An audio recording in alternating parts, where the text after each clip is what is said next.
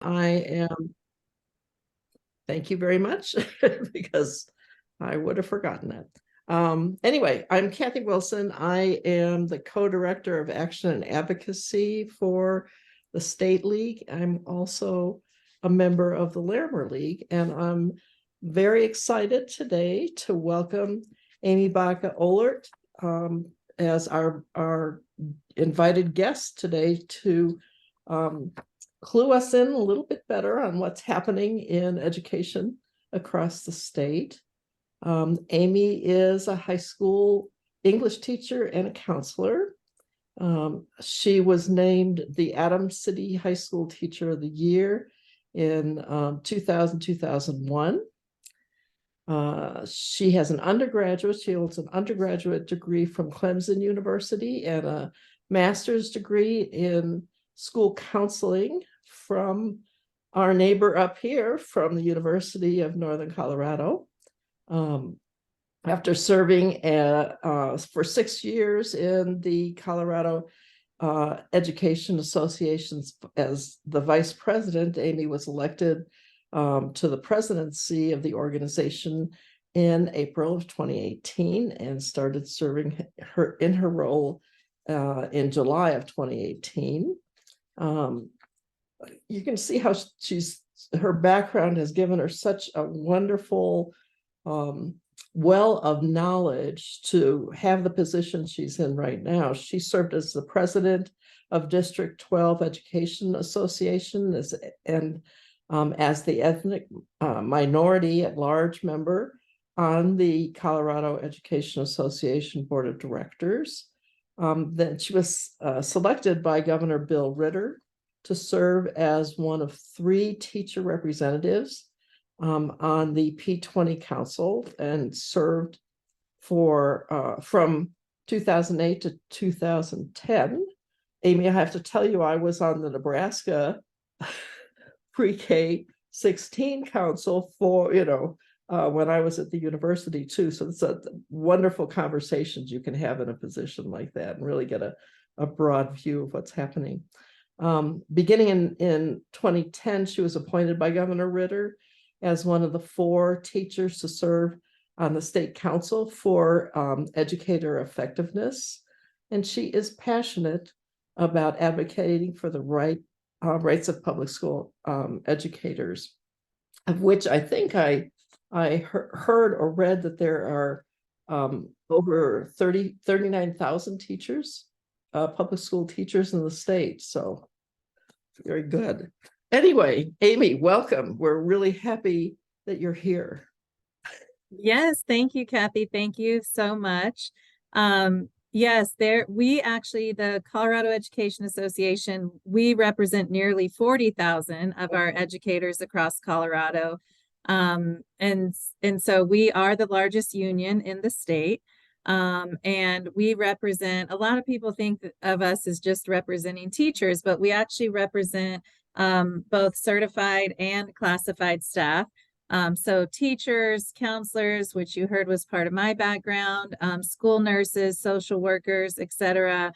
And then as well as all of the support staff who work in our schools, who actually make our schools work, I like to say, but the bus drivers, food service workers, mechanics, it takes everyone to educate our kids. So I'm proud to serve as the president of the Colorado Education Association. As you heard, my background is as a school counselor, and prior to that, I taught high school language arts at Adams City High School, where Lydia, I think we worked together there, right?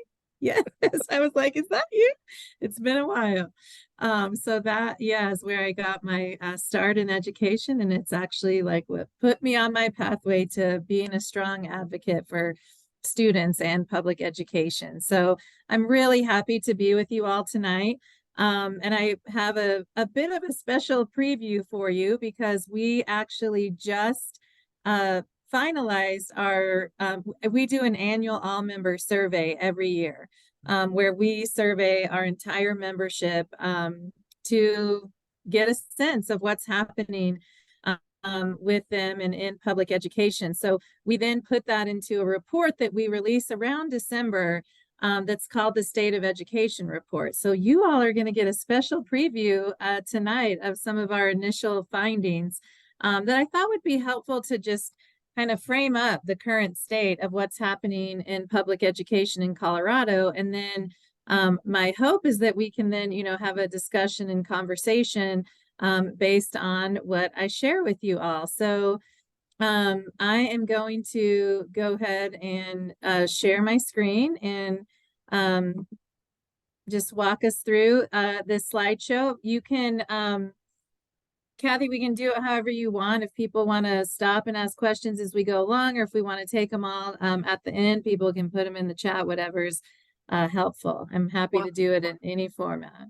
Why don't you go through your presentation, and then we'll have a Q&A afterwards. So it's not a huge group, so we can have like a conversation. Yeah, that'll be great. I thought. Okay, great. Great. All right. Well, so, and I've kind of chunked this into some topic areas. And again, this is just some of the initial data coming out of our all member survey. And these are really around some of the big topics that we've been hearing from our members. And you've probably also heard in the news and, in various places, because these are the things that are really facing educators in Colorado right now. So when we think about or talk about the educator shortage, in our survey, we asked our members if the licensed teacher educator shortage, so licensed again is those like teachers, nurses, counselors, etc., is significantly or somewhat worse, or the same or better. And 64% of educators responding said that the educator shortage is significantly or somewhat worse this year compared with previous years.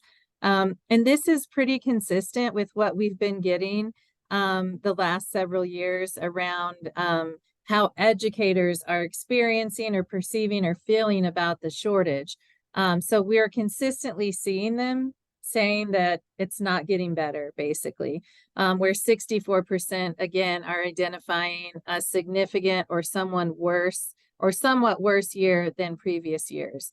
One of the things that was a really big, astonishing number from this year's survey was 80% of the respondents feel that the support staff shortage is significantly or somewhat worse this year compared with previous years. And this really kind of validates what we've been hearing anecdotally is, I travel all around the state meeting with and talking with our members. And we have heard from, again, no matter where we are in the state, that there is a significant support staff shortage. So that, again, is bus drivers, paraprofessionals, food service workers, and that really has an impact on the entire system. Because again, it takes all of those people to make our schools work. And so that is something that's being felt real deeply in our schools right now. Again, both the teacher, licensed educator, and then the support staff shortage, at that 80%. So that's something that we really want to pay attention to.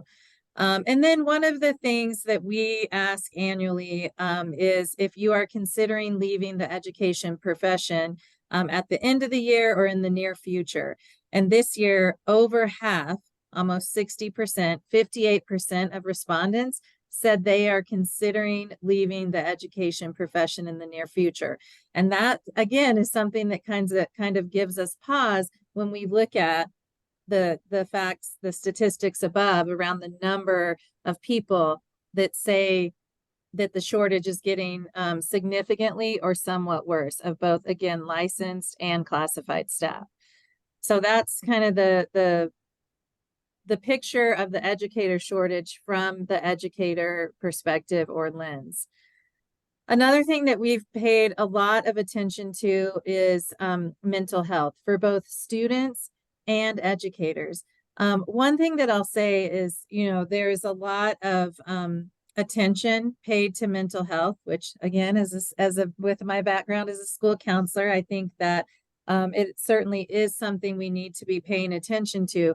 But there's a lot of attention, kind of coming out of the pandemic, even, not that we're out of it completely, but, we're not in the same level as we were the last couple years.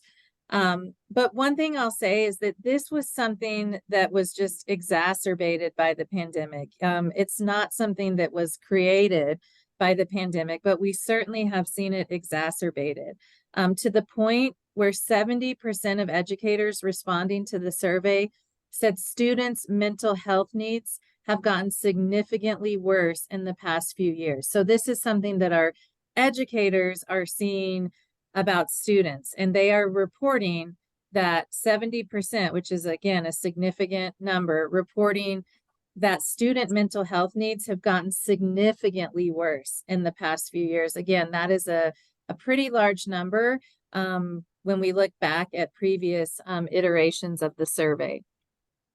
And then 66% of educators responding to the survey said that educators' mental health needs have gotten significantly worse in the past few years. So both student and educator mental health is something that we're really paying attention to. Again, we see these results on the survey and hear it from educators themselves as well. So mental health is another one of those big bucket areas that we're paying a lot of attention to, and that we all collectively need to be paying attention to, both students and educators. School safety is, again, another kind of topic that's been really out in the news, and just something that we hear from our educators across the state, and something that we hear also from parents and then students themselves. So this again is a big area, a big topic of conversation. So when we asked our members what could be done to make schools safer, the most popular answer at 38%, so that was the answer that had the highest response rate, was to increase funding and resources for mental health counseling in schools and communities. So again, that kind of goes back to the previous slide, making that connection around everyone saying they're seeing an increase in mental health needs, and they feel that schools would be safer if we had an increase in funding and resources for mental health supports in our schools and our communities. The next most popular answer in that question was a change in school discipline policies at 29%.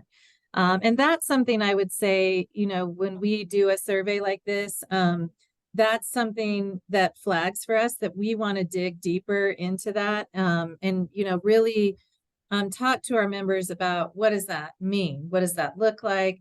Of course, it can also be very contextual based on where you are in the state. So again, something we wanted to point out, one, definitely about, most people feel that increase in funding for resources for mental health counseling is the number one thing that would make our schools feel safer. We just think, oh, there's a typo there. It says SAGE, it's supposed to be safe, but it's 77% of educators responding to the survey said they would feel less safe if educators were allowed to carry guns in schools. Again, this is a topic that comes up often in the legislature. And so we annually ask this of our membership, and we get a very consistent response rate on this question where, over 70% say that they would feel less safe if educators were allowed to carry guns in school. And the last couple of years, we've asked this last question around how worried are you that there could be a mass shooting at your school? And both last year, interestingly enough, and last year's survey and this year's survey, it was the same response of 67%, again, which is a really high statistical, percent, saying that they are very or somewhat worried there could be a mass shooting at their school. So that, again, is something that we at CEA really pay attention to. If our educators are not feeling safe going into their place of work, and that, we can also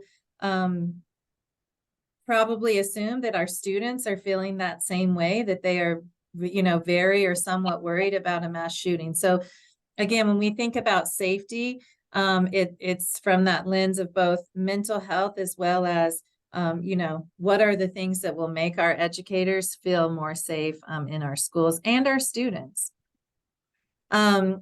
So we also this year asked some questions about educator safety. We've heard a lot from our members. Just again, I think it coincides or connects with that response of educators saying that they've seen a significantly worse increase, or a greater increase in a need for student mental health supports. And this kind of connects with that. Where we have 32% of educators say they have experienced physical abuse by a student in the last 2 years. 73% of educators have experienced verbal abuse by a student in the last 2 years. And 36% of educators have experienced threats of violence from a student in the last 2 years. And again, this is telling us that our students have needs that maybe as a system we're not meeting right now if they're acting in this way, where our educators are feeling unsafe or threatened in their work environment or in our schools. And so again, this is something we want to dig deeper into. We need to look more at what is happening and be very thoughtful about how are we supporting both our educators and our students, because our schools should be a safe place for both students and educators. So again, this is just some information for us that we want to dig deeper into, but we're hearing a lot about this. Again, it's validated through the survey and what we hear from our members, just about a significant increase in student behaviors. This is something that is also a lot in the news. You've probably heard a lot about this in this most recent election cycle. But we're hearing a lot about, how our schools are being politicized in various ways. So we, again, the last couple iterations of the survey, we've asked some questions about this. So we have a couple of years of data. The data on the slide here is from this year, the one that I said we just finalized in the last couple of weeks. So over half, 56% of educators responding to the survey said that political divisive issues have significantly or somewhat affected their job. So again, this is telling us that it's this polarizing, politicizing of our schools is having an impact on our educators, where more than half say that it is having a significant or somewhat effect on their job.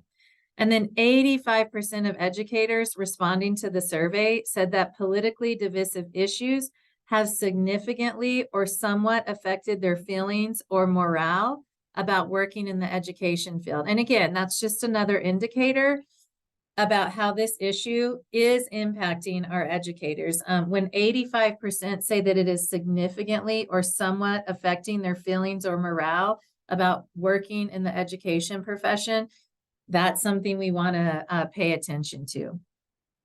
And one thing that, we found very interesting is we asked those people, if you remember the previous slide and the educator shortage, of the people that said yes, they were considering leaving the profession at the end of the year or in the near future, we asked those people that responded yes, what would be the reasons why they would leave the profession? And so of those respondents who indicated that they are considering leaving the profession in the near future, nearly a third, 32%, said that one of their top reasons for leaving would be a tax on curriculum. And this is something that flagged for us because this is up from 21% last year. So when we asked this same question last year of those who said they were considering leaving the profession, 21% said that a tax on the curriculum would be one of the top reasons they would leave. This year, it's up to 32%. So again, you're seeing a pattern here of what's happening again around the politicizing, the culture wars, the polarizing, how that's coming into our schools and the impact that it's having on educators. And then 32% of educators responding to the survey said that they felt the need to change their curriculum based on the current political climate. And among those who did, over half said they censored curriculum, and nearly a quarter said they were forced to eliminate books. So again, this is us trying to get a picture of how what's happening, in this current political climate, again, the polarizing culture wars, how that's landing in our schools and for our educators. And so that's, again, just an indicator for us of how this particular issue is affecting our educators. And then we have educator pay, which, here in Colorado, sadly, we don't have a lot to be proud of when it comes to educator pay. We have a lot of pretty bad statistics. We have one of the lowest starting pays in the country, even though we are one of the strongest economies in the country. And there is a recent report, the Economic Policy Institute, often referred to as the EPI, they put out an annual report on what's called the teacher pay gap. So what that is the gap between teachers and other workers of similar education. And so this year, actually, we got worse in the teacher pay gap, which is not a good thing. So once again, Colorado leads the nation in having the largest gap between teacher pay and pay for other college educated workers. So Colorado teachers made an average of 37.4% less in 2022 than their similarly educated peers. So again, when we look at pay, we don't have many statistics to be proud of when it comes to pay. Again, we're lowest in starting pay, have the largest pay gap in the country. And so that is something we have constantly, been working on to try to increase educator pay, but that goes a lot with how we either can or cannot generate revenue in our state. As you all know, our legislature, unlike many other states, our legislature cannot increase revenue on their own. It has to go to a vote of the people due to Tabor. So it has an impact on our educator pay clearly. Another something else from the survey related to educator pay, 50% of our educators responded to the survey saying that they struggled to afford housing costs in the last year. Again, that's a pretty significant number of people who are struggling. And many of our educators tell us that they have to work 2 to 3 jobs just to make ends meet on their educator salary. And in our survey, we ask educators what would make them feel valued and respected.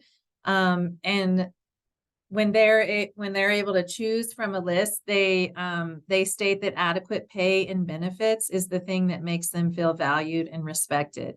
And again, I don't think any of them are responding about, wanting to be millionaires or billionaires. They're just wanting, to be able to afford to live in the communities that they serve and feed their families. And too often we hear from our educators that they are unable to do that on their educator salary. So that's kind of the sad state of educator pay in Colorado. So at CEA, when we look at solutions, we basically have 3 bucket areas where we're focusing our solutions, whether it be legislatively, or however we can at the ballot, whatever we can to make improvements on those, stats that you just saw from the survey. So we have investing in not just our educators and pay, but really in our entire system. Some of you may know we have something in our state called the Budget Stabilization Factor, which is a factor in the School Finance Act, where they basically annually underfund our schools. For the last decade, that amount has equaled over $10 billion of disinvestment in our public schools, And that has led to many of the things that you saw on the survey. It's led to lack of access to adequate mental health supports. It's led to large class sizes, inability to staff many of our schools. So that investment is something that we really prioritize as a high priority to ensure that all students, no matter their zip code, no matter where they live, have access to a high quality public education. And then respect. We want to ensure that all educators are respected for the professionals that they are. And so there are many things that, go along with that, mostly from a policy perspective. But we, advocate for those policies that will hold up the education profession as a respected profession. I believe it is the most noble profession that there is. In fact, it makes all other professions possible. And then safety, as you saw from the survey, safety is a big concern, not just from, things like fear of a mass shooting, but also, being safe in your work environment, students feeling safe, and not just physical safety, but also our mental health safety. And so those are the things that we work for at CEA around, solutions to address all of those things that I just shared fairly quickly. So hopefully I'm not going too fast for you, but I really want to engage in the dialogue because, I would also love to hear from you all around your thoughts on, one, your reactions to the survey responses, and then two, around, what are those solutions that we can all unite on to ensure that our students, no matter where they live, have access to a high quality public education, and that our educators feel, respected and want to stay in the education profession. So with that, I know I went through that fairly quickly, but I'm happy to take any questions and just open up the dialogue. So Kathy, I'll turn it back to you for how you want to handle that.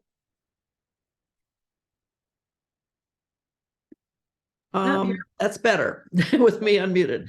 How about if you raise your hand, if you can use the reactions, raised hands, that would be real helpful. Or hopefully I can see you with your picture if you just raise your hand physically. But that would be great. Suzanne? Yeah, so I'm sorry I missed the beginning of this. But I was just curious as far as how many respondents there were to the survey and what grades they represent. Was this K through 12 or? Yeah, so we actually represent pre-K through 12. So there could be some pre-K, so early childhood. Some of our schools have preschool in their schools. So pre-K through 12. And we had about 1,800 respondents, which was a pretty significant response. We have a research department here at CA, and our researcher feels very confident in the statistical significance. It's kind of similar to how when you do like a voter poll, you're doing a representation of the membership. So she was pretty excited when we got, had that level of response because felt that it, had high statistical significance. Mm-hmm. Barb? Well, maybe a little question along the same lines. I was wondering about what, if any, there is differences between the years in the classroom, and perhaps, what are early educators doing? Those educators in the first 3 years that sometimes struggle staying in education.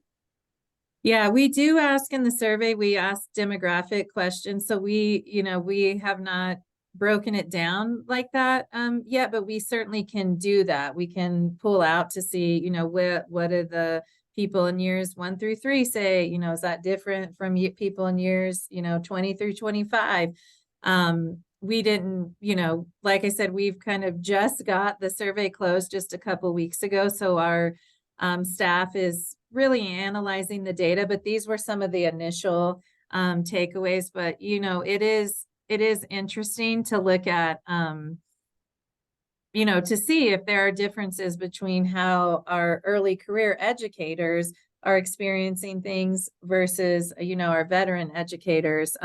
One of the things that we have found in, previous years is that oftentimes our early career educators will, speak more about the challenges of trying to afford a home and, live on an educator salary, but we hear it kind of consistently throughout the membership as well. But I think for many, like starting off in a profession, trying to buy a home, like it's pretty challenging to, if you are an educator, a single educator on an educator salary alone, to be able to afford a home. We hear that often from our members. I have a question. You were talking about the budget stabilization factor, and it's been in the news in the last couple of weeks that that the governor is saying it will be all paid off. Okay. This legislative session, and actually in the last one, I think they paid almost half of it off, which was good. I'm wondering what kind of impact you and your organization is predicting that this will have on teachers?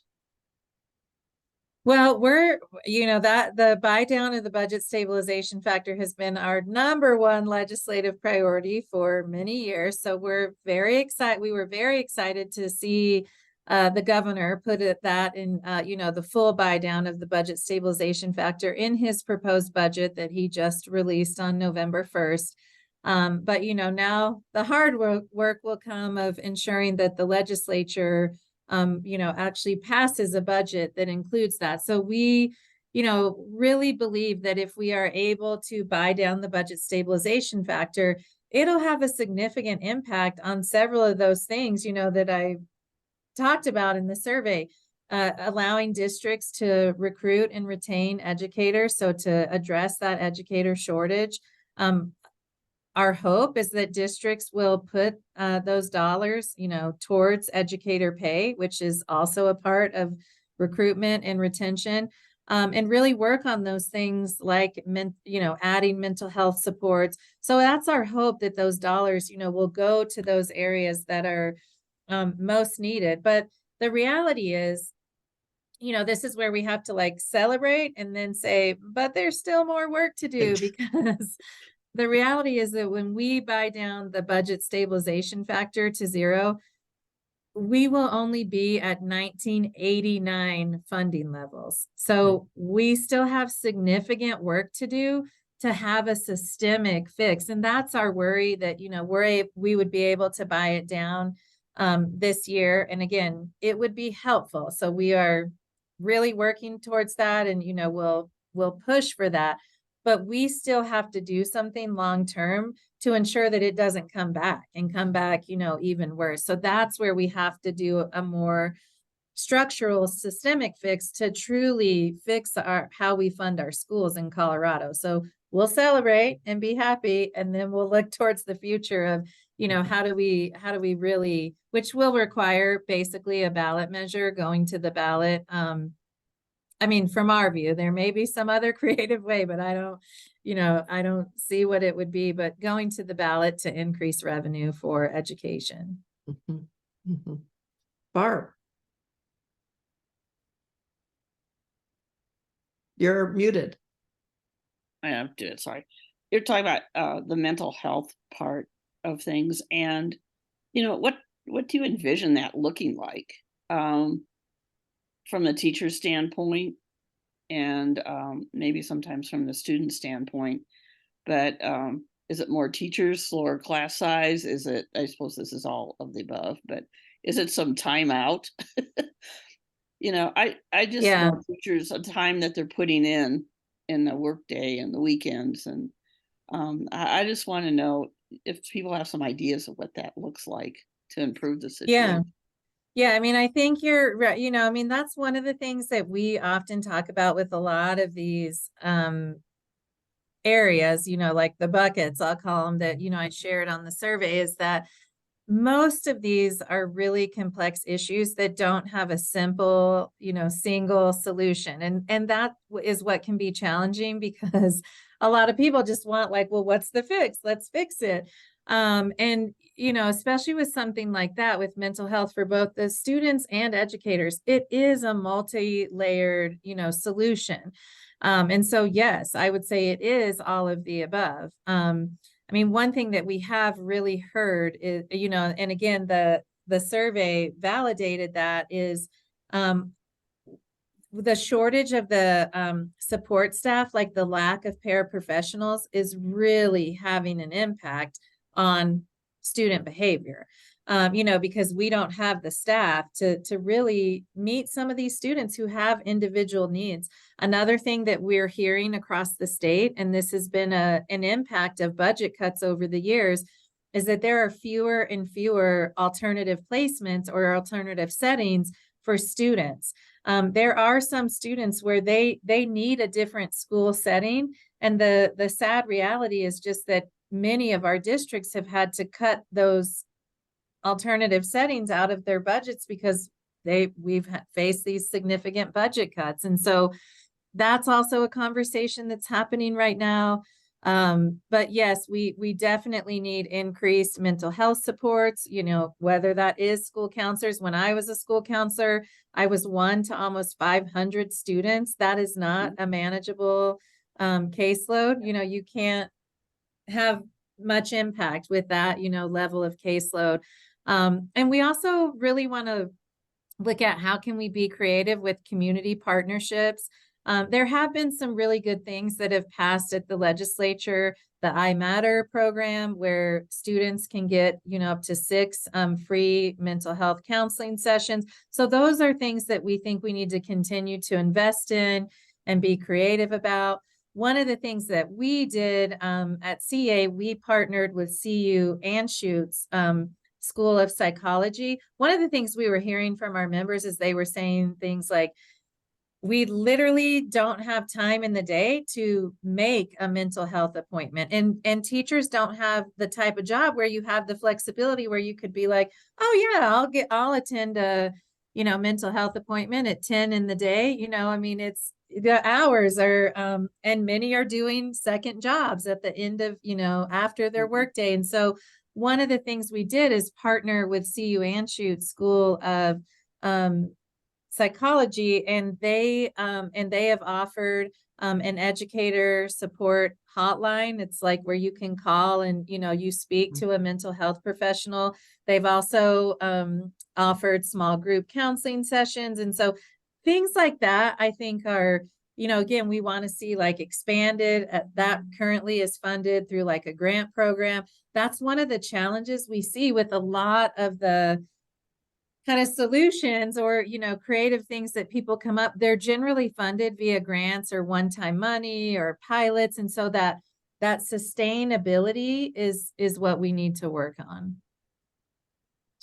So Amie, connected with this, I don't know if you are aware of the Colorado Youth Advisory Council, Yeah. which is one of the interim committees, and they just last week submitted their 3 draft proposals for legislation, which hopefully that'll get through the Legislative Council and then be introduced in January in the during the session. But one of the bill drafts that they put forward was to fund a tuition money, to help fund tuition money for counseling. And Andrea, if I'm getting this wrong, let me, you know, if I'm murdering this, let me know. But again, it's kind of a long-term solution to having the mental health staff in the schools. But it wasn't, I thought, an interesting solution that they were proposing. So we could, you know, see what happens in the legislature. Yeah. And I love the student proposed legislation. It's always very, Yeah, it's right on. It's, it's what they're seeing and experiencing. So yeah. exactly. I have a question. You touched on it when you were talking about the reasons that teachers or staff were thinking about not continuing in this profession, and one of them were the challenges for curriculum. What are you giving advice to teachers in districts that have a more, I don't know how to put this gingerly, so I'm just going to say this, more hostile school boards or superintendents, how they can approach what's happening in some of the school districts in the state? Yeah, I mean, we are working with our educators. This is one of those kind of complex issues where there's so much complexity to it. Many of our educators just feel worn down, and they're afraid to speak up. I mean, we've had the extreme of some, situations where students are, recording, asking teachers a question, then recording them, and then, blasting it out on social media, and so there's the whole gamut of like how people are feeling. And I think, that indicator on our survey where 85%, said that it's having an impact on their morale and how they're feeling, like that is a big warning sign for us. We have done some like active things, like in Woodland Park when they, issued a gag order on teachers saying, that they were not allowed to talk about their jobs, basically in public at all in any format. We filed a lawsuit on that, for their First Amendment rights. So we are doing things like that, which actually we just had some good success in that the judge ordered that to go to mediation, and through the mediation, they removed the gag order, and, there were some other things involved in the lawsuit, but mostly we're working with our members to feel, that to advocate for an accurate and honest curriculum, to ensure that, that we don't censor our curriculum. I think all of our districts, actually, I could say, have policies in place for challenged materials. So some of this stuff that's happening is really just kind of a lot of hoopla. It's not really, real, but it's having a real impact on how our educators are feeling in the classroom. Mm-hmm. Lydia. Hi, Amy. Hi. I just wondered, what are some things that are working in some of the districts around safety? Yeah, I mean, what I think the biggest thing is in the places where we have seen the added mental health supports. That is what people are saying is working the most.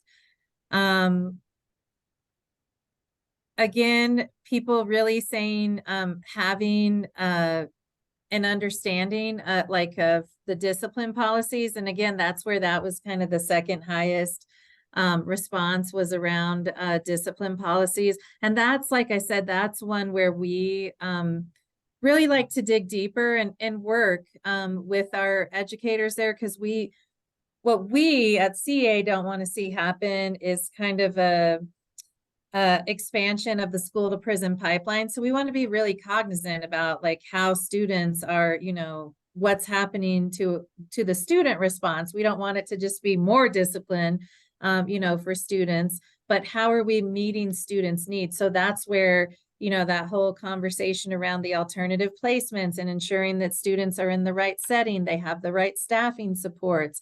That's a lot of what we hear from our educators. When we hear things about, like the hardening of schools and teachers, that's what people say is the least effective. They really want to have like shared training and, and so Also really having a trauma-informed response. We hear a lot about that, especially when it comes to things like lockdown drills and, some of those things. Both our students and our educators report experiencing trauma, around those things. So the how we do it, the implementation. But those are some of the things that we hear people say are working. What does it look like? What does the mental health support look like when it's working?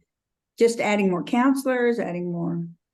I think, More again, it's training. like a varied approach. More counselors, one. I think two, adding more access for families, like the iMatters, where people can get the free, counseling services. Having one of the things that we have seen that has been really successful is when in districts, when they have this opportunity, because not all districts have it based on size or geographic location, but when they can partner with the community mental health support, having that come into the school, so that again, they're working with families, but the access is there in the school. So I think it's providing a multi-layered approach to the response. And is it done bilingually in different languages? We would hope, but I wouldn't say that's always the case. I think, that's something that should be happening, because that is one thing that our families that, speak a second language, or where English is not their first language. I think they have higher reported, rates of, not feeling supportive or having access to mental health supports. And I would say even in our schools, we don't necessarily, we don't have a high percentage of bilingual educators. So we'll have Barb and then Diana. Okay, and mine's probably just a comment and a follow-up, and it was along the lines of safety. I'm trying to think, it's been a long time, maybe 6 or 7 years ago. I know it was before the pandemic, that the state legislature had a safety committee, a school safety committee that met regularly. And they're talking about, a prevention intervention model across grade levels and teacher training and all that thing, especially, I think, following some of the school shootings we've had. So I don't know what happened to that, but I think they had a lot of excellent ideas that they talked about and shared, and I think would be worth looking into to see what was discussed previously, because I thought there's a lot of good ideas that were exchanged. Andrea was put in the chat.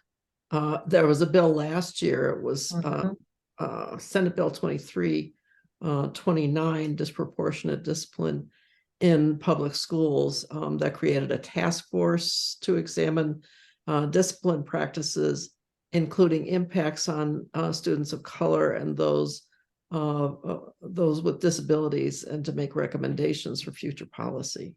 So that is currently underway, which is really good. I was glad to see that one, because one of the things that I do for the league is to follow education legislation. So I was pleased that one came through. There are several task forces that came out of this past legislative session, but the disproportionate discipline task force is definitely one to follow. And I think that's part of it, is there have been multiple iterations of various task forces and things. And one of the things that is consistent, again, is, we need the funding resources to be able to implement many of the recommendations that come out. And we just simply don't have that, or at least have it in a sustainable way. But we got to keep advocating for it. Right.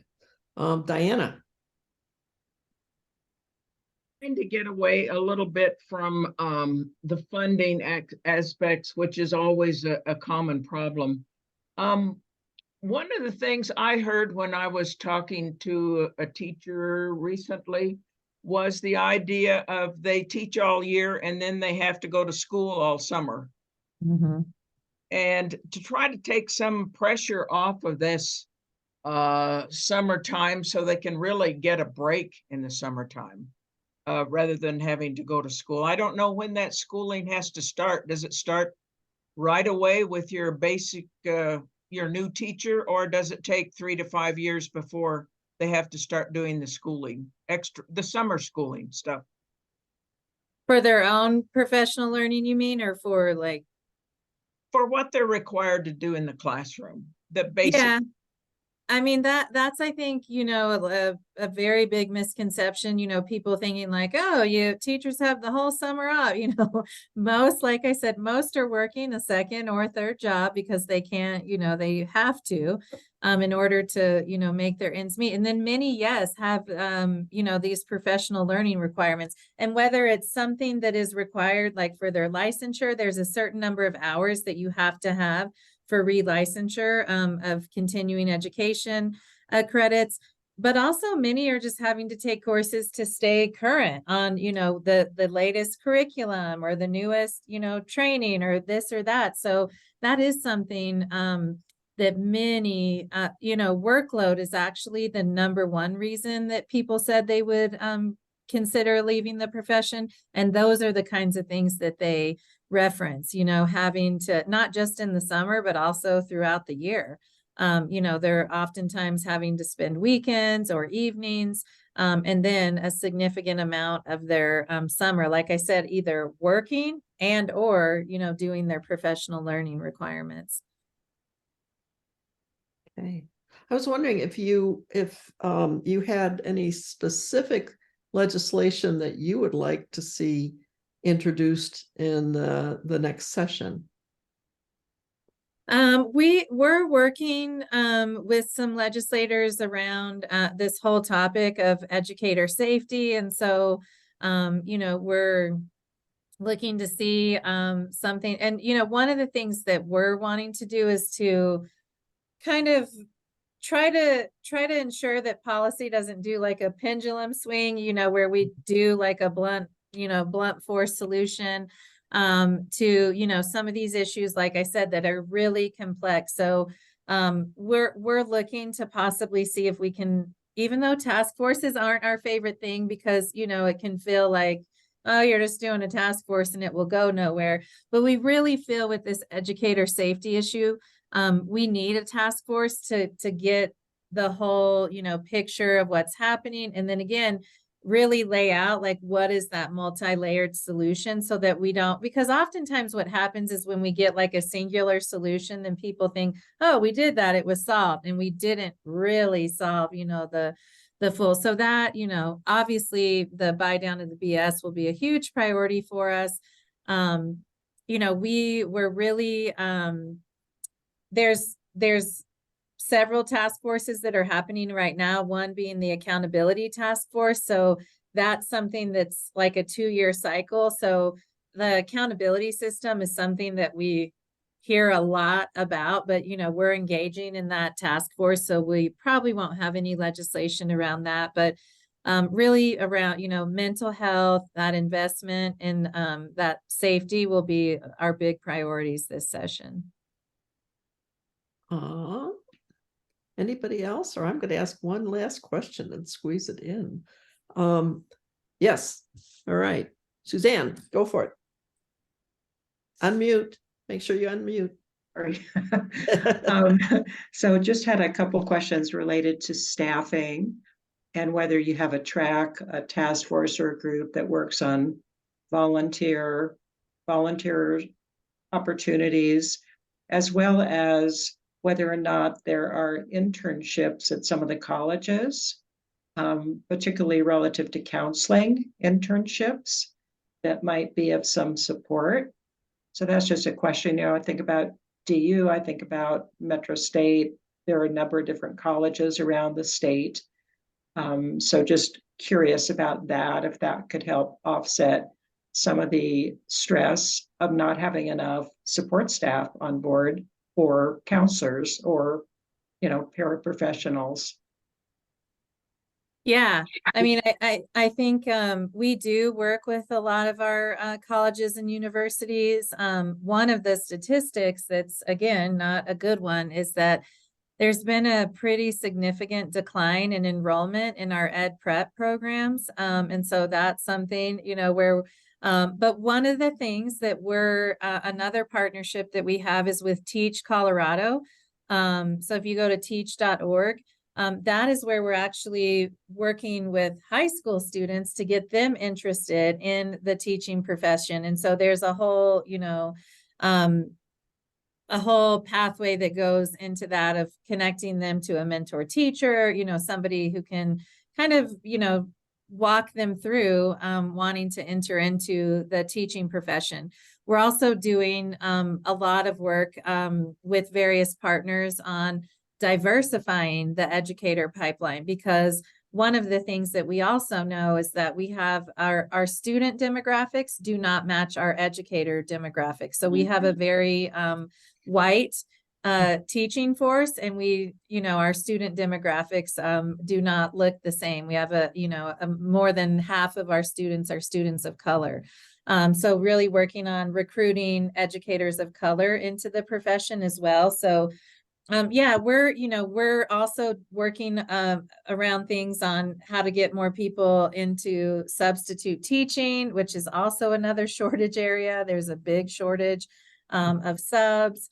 You know, how do we, like, where are those various places? We've worked with some of our workforce development centers to include education as one of those, you know, pathways for people who are looking, you know, going to the workforce centers to, you know, look for career changes or whatever it may be. So we are doing, you know, some of those things, but we're definitely open to ideas and thoughts. I did put my email in the chat, and I'm very open to, if you know, want to reach out, have further conversation. You know, we really do believe that that education is the foundation of our democracy, and that it requires all of us coming together to, you know, to fight for that soul of our democracy and to, you know, find these solutions. So I would love to further, you know, chat with any of you if you have ideas or thoughts, or, you know, how we can partner, or what, you know, what's an idea to address some of these things we talked about this evening. I'd be more than happy to follow up. And I really appreciate you having me tonight and being thoughtful about this topic and wanting to engage, because like I said, it takes all of us to educate our students and to ensure that our public education system is thriving. Amie, thank you. This was just a wonderful hour, just filled with all sorts of information for us that I really appreciate. I think we have a goodly chunk of league members who have been involved in education or are still involved in education. And so I think this is valuable information for all of us. I'm hoping that we as a league can do some really positive things to help our teachers. Yes. Forward. Well, thank you. Thank you all for all that you do. And I look forward to connecting in the future. You're awesome. All right. Thank you Thanks, so you much. too. Everybody have a good evening. Yes, you. take care, everyone. Take care. Thank you very much. Thank you. Have a good night. Mhm. You too.